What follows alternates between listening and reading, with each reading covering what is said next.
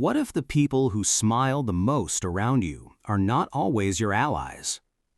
Most people assume enemies are obvious, loud, aggressive, easy to detect. But the disturbing truth is that the most dangerous opposition in your life rarely announces itself.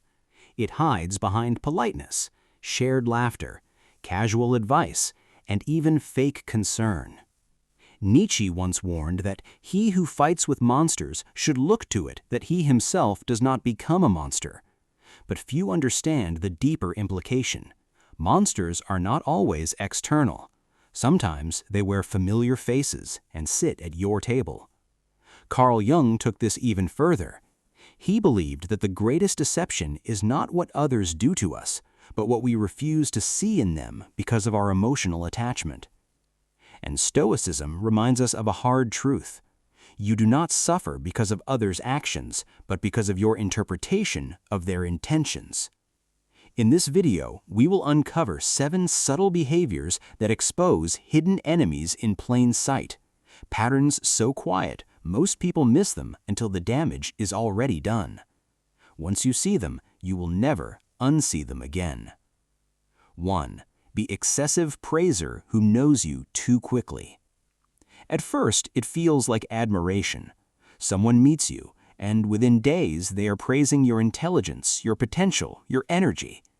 Most people mistake this for genuine appreciation, but psychology tells a different story.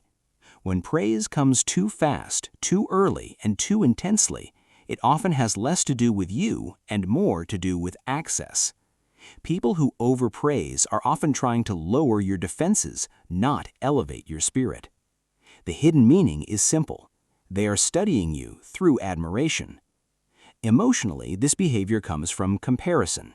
They are measuring your strengths against their insecurity. Instead of feeling inspired, they feel threatened. So they disguise evaluation as admiration. In friendships, this looks like someone who calls you the most interesting person they've ever met after 2 conversations. In work, it's the new colleague who instantly aligns themselves with your ideas, only to later repeat them as their own. Nietzsche would call this the will to power disguised as affection. Jung would say you are witnessing a shadow wearing a friendly mask. The insight is unsettling but clear. Not all admiration is connection. Sometimes it is assessment.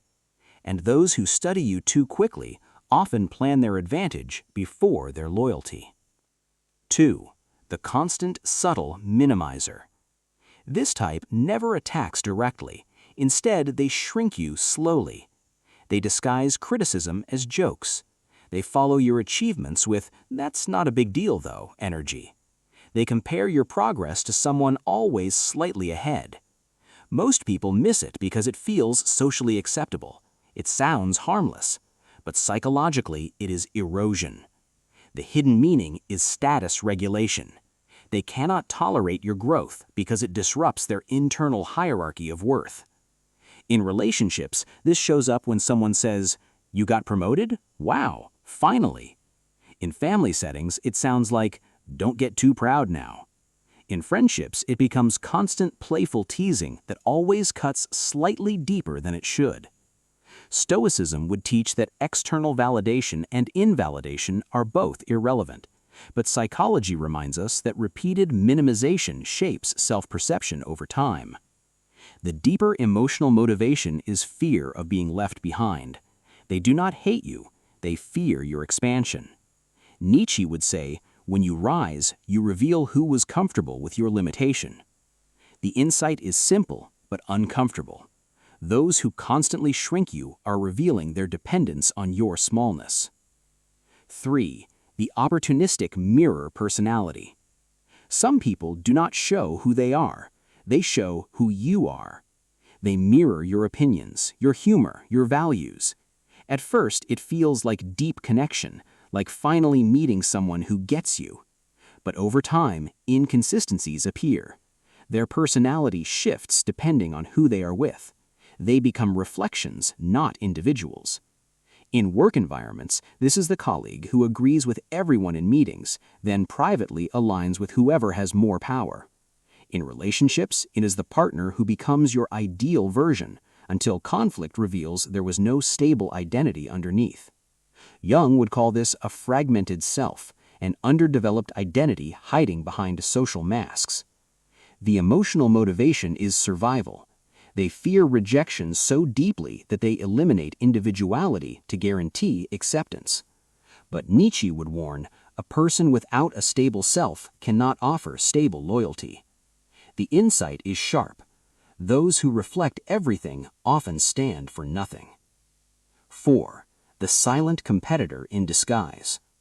This is one of the most difficult patterns to detect because it hides inside friendship. They support you, publicly. They congratulate you. They smile. But privately, there's tension, a subtle race you never agreed to participate in. Most people misunderstand this as healthy competition, but healthy competition inspires. This kind drains. The hidden meaning is internal comparison spiraling outwards. Every success you achieve becomes a quiet loss for them. In real life, this shows up when a friend congratulates you but immediately shifts the conversation to their own achievement, or when someone becomes distant right after you succeed.